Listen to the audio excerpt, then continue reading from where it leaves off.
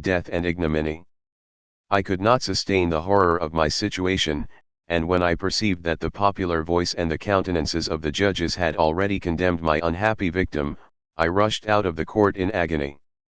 The tortures of the accused did not equal mine, she was sustained by innocence, but the fangs of remorse tore my bosom and would not forego their hold. I passed a night of unmingled wretchedness. In the morning I went to the court, my lips and throat were parched. I dared not ask the fatal question, but I was known, and the officer guessed the cause of my visit. The ballots had been thrown, they were all black, and Justine was condemned. I cannot pretend to describe what I then felt. I had before experienced sensations of horror, and I have endeavored to bestow upon them adequate expressions, but words cannot convey an idea of the heart-sickening despair that I then endured. The person to whom I addressed myself added that Justine had already confessed her guilt. That evidence, he observed, was hardly required in so glaring a case, but I am glad of it, and, indeed, none of our judges like to condemn a criminal upon circumstantial evidence, be it ever so decisive. This was strange and unexpected intelligence. What could it mean? Had my eyes deceived me? And was I really as mad as the whole world would believe me to be if I disclosed the object of my suspicions? I hastened to return home, and Elizabeth eagerly demanded the result. "My cousin," replied I, "it is decided as you may have expected. All judges had rather that 10 innocent should suffer than that 1 guilty should escape. But she has confessed." This was a dire blow to poor Elizabeth, who had relied with firmness upon Justine's innocence. "Alas," said she, "how shall I ever again believe in human goodness? Justine, whom I loved and esteemed as my sister, how could she put on those smiles of innocence only to betray? Her mild eyes seemed incapable of any severity or guile, and yet she has committed a murder." Soon after we heard that the poor victim had expressed a desire to see my cousin. My father wished her not to go, but said that he left it to her own judgment and feelings to decide. "Yes," said Elizabeth, "I will go, although she is guilty, and you, Victor, shall accompany me. I cannot go alone." The idea of this visit was torture to me, yet I could not refuse. We entered the gloomy prison chamber and beheld Justine sitting on some straw at the farther end. Her hands were manacled, and her head rested on her knees. She rose on seeing us enter, and when we were left alone with her, she threw herself at the feet of Elizabeth, weeping bitterly. My cousin wept also. "Oh, Justine," said she, "why did you rob me of my last consolation? I relied on your innocence, and although I was then very wretched, I was not so miserable as I am now. And do you also believe that I am so very, very wicked? Do you also join with my enemies to crush me, to condemn me as a murderer?" Her voice was suffocated with sobs. "Rise, my poor girl," said Elizabeth. "Why do you kneel, if you are innocent? I am not one of your enemies. I believed you guiltless, notwithstanding every evidence, until I heard that you had yourself declared your guilt.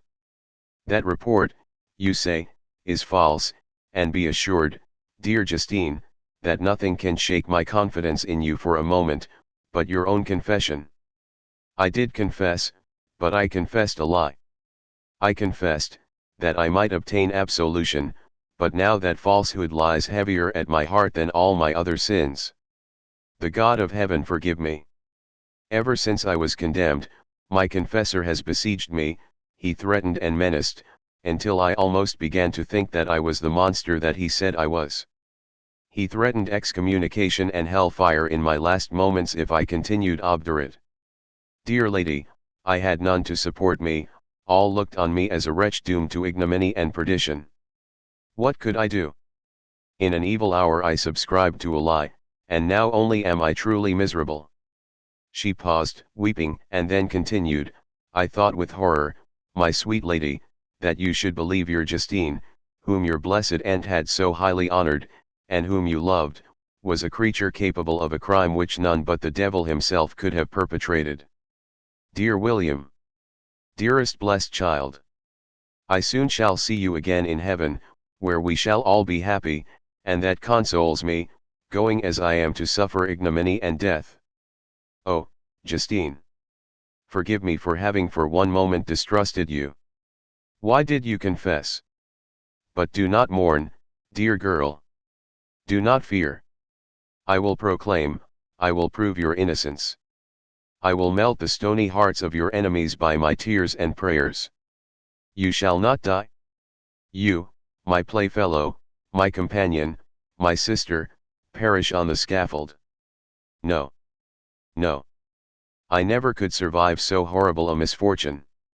Justine shook her head mournfully. I do not fear to die, she said, that pang is past. God raises my weakness and gives me courage to endure the worst. I leave a sad and bitter world, and if you remember me and think of me as of one unjustly condemned, I am resigned to the fate awaiting me. Learn from me, dear lady, to submit in patience to the will of heaven.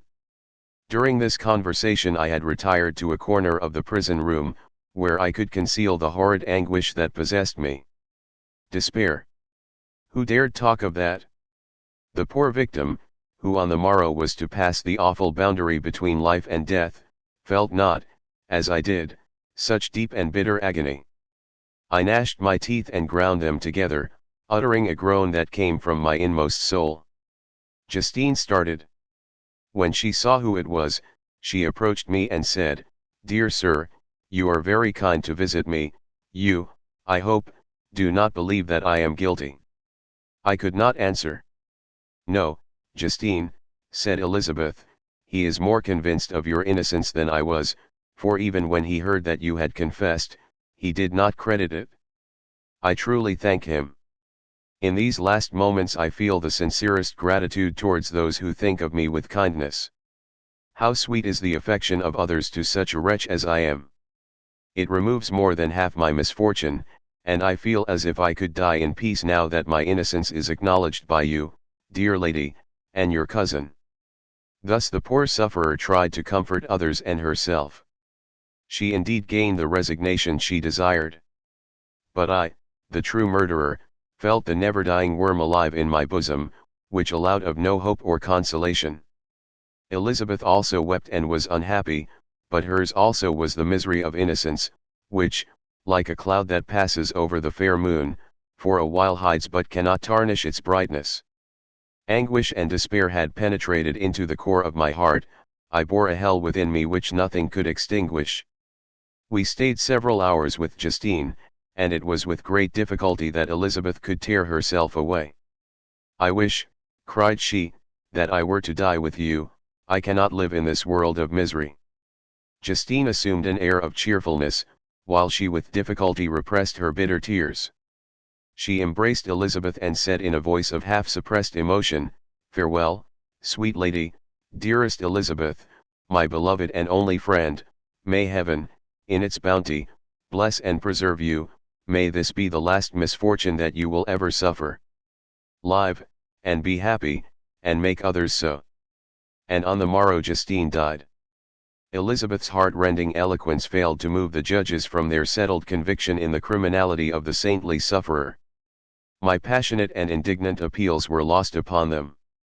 And when I received their cold answers and heard the harsh, unfeeling reasoning of these men, my purposed avowal died away on my lips. Thus I might proclaim myself a madman, but not revoke the sentence passed upon my wretched victim. She perished on the scaffold as a murderess. From the tortures of my own heart, I turned to contemplate the deep and voiceless grief of my Elizabeth. This also was my doing. And my father's woe, and the desolation of that late so smiling home, all was the work of my thrice accursed hands. Ye weep, unhappy ones, but these are not your last tears. Again shall you raise the funeral wail, and the sound of your lamentations shall again and again be heard. Frankenstein, your son, your kinsman, your early, much-loved friend, he who would spend each vital drop of blood for your sakes, who has no thought nor sense of joy except as it is mirrored also in your dear countenances, who would fill the air with blessings and spend his life in serving you, he bids you weep, to shed countless tears, happy beyond his hopes, if thus inexorable fate be satisfied, and if the destruction pause before the peace of the grave have succeeded to your sad torments.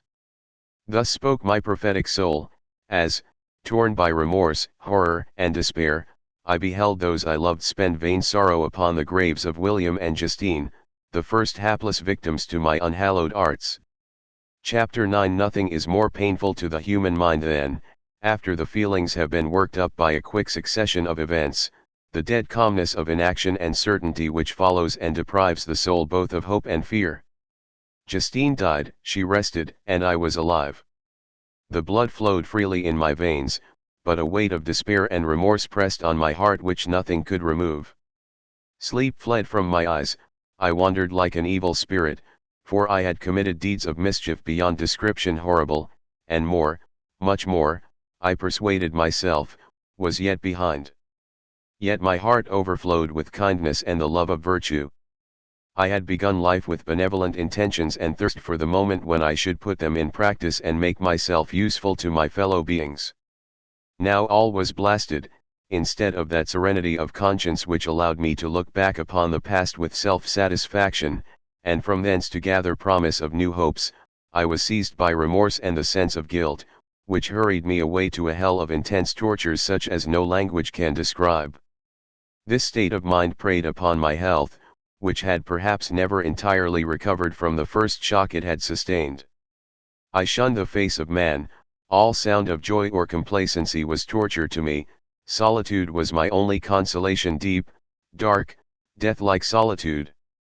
My father observed with pain the alteration perceptible in my disposition and habits and endeavored by arguments deduced from the feelings of his serene conscience and guiltless life to inspire me with fortitude and awaken in me the courage to dispel the dark cloud which brooded over me. "Do you think, Victor," said he, "that I do not suffer also? No one could love a child more than I loved your brother." Tears came into his eyes as he spoke. "But is it not a duty to the survivors that we should refrain from augmenting their unhappiness by an appearance of immoderate grief? It is also a duty owed to yourself, for excessive sorrow prevents improvement or enjoyment, or even the discharge of daily usefulness, without which no man is fit for society." This advice, although good, was totally inapplicable to my case.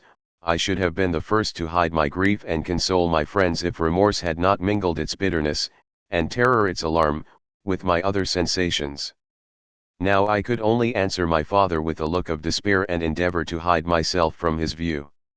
About this time we retired to our house at Belrive. This change was particularly agreeable to me. The shutting of the gates regularly at 10 o'clock and the impossibility of remaining on the lake after that hour had rendered our residence within the walls of Geneva very irksome to me. I was now free. Often, after the rest of the family had retired for the night, I took the boat and passed many hours upon the water. Sometimes, with my sails set, I was carried by the wind, and sometimes, after rowing into the middle of the lake, I left the boat to pursue its own course and gave way to my own miserable reflections. I was often tempted, when all was at peace around me, and I the only unquiet thing that wandered restless in a scene so beautiful and heavenly, if I except some bat, or the frogs, whose harsh and interrupted croaking was heard only when I approached the shore. Often, I say, I was tempted to plunge into the silent lake, that the waters might close over me and my calamities forever. But I was restrained, when I thought of the heroic and suffering Elizabeth, whom I tenderly loved, and whose existence was bound up in mine. I thought also of my father and surviving brother. Should I by my base desertion leave them exposed and unprotected to the malice of the fiend whom I had let loose among them? At these moments I wept bitterly and wished that peace would revisit my mind, only that I might afford them consolation and happiness. But that could not be. Remorse extinguished every hope. I had been the author of unalterable evils, and I lived in daily fear lest the monster whom I had created should perpetrate some new wickedness. I had an obscure feeling that all was not over and that he would still commit some signal crime, which by its enormity should almost efface the recollection of the past. There was always scope for fear so long as anything I loved remained behind. My abhorrence of this fiend cannot be conceived. When I thought of him I gnashed my teeth, my eyes became inflamed, and I ardently wished to extinguish that life which I had so thoughtlessly bestowed.